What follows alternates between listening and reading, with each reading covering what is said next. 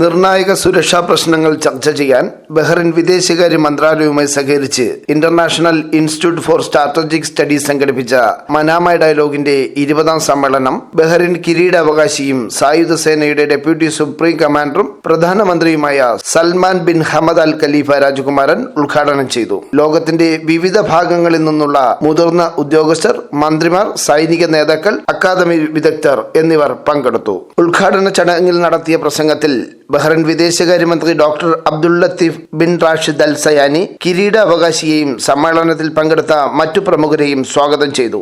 സംഭാഷണം, സഹവർത്തിത്വം, പരസ്പര ബഹുമാനം എന്നീ തത്വങ്ങളിൽ അടിയുറച്ചതാണ് ബഹ്റിന്റെ നയതന്ത്ര സമീപനമെന്ന് പറഞ്ഞ മന്ത്രി നിർണായകമായ 3 വെല്ലുവിളികൾ ചൂണ്ടിക്കാട്ടി.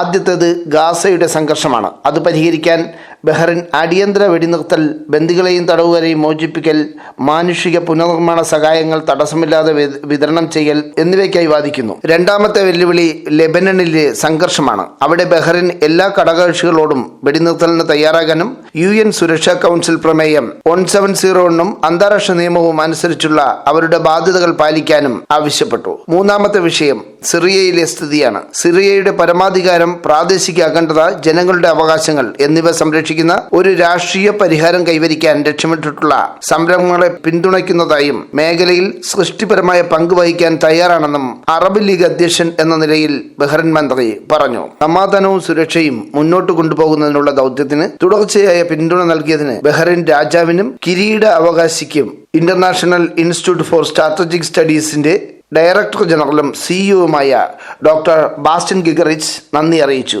ഇന്ത്യൻ വിദേശകാര്യമന്ത്രി ജയശങ്കർ ഉൾപ്പെടെ 50-ലധികം രാജ്യങ്ങളിൽ നിന്നുള്ള നയതന്ത്രജ്ഞർ, സുരക്ഷാ വിദഗ്ധർ, ജിയോ പൊളിറ്റിക്കൽ വിദഗ്ധർ എന്നിവരുൾപ്പെടെ 500-ലധികം പ്രതിനിധികളാണ് സമ്മേളനത്തിൽ പങ്കെടുക്കുന്നത്. Star vision news, Bahrain.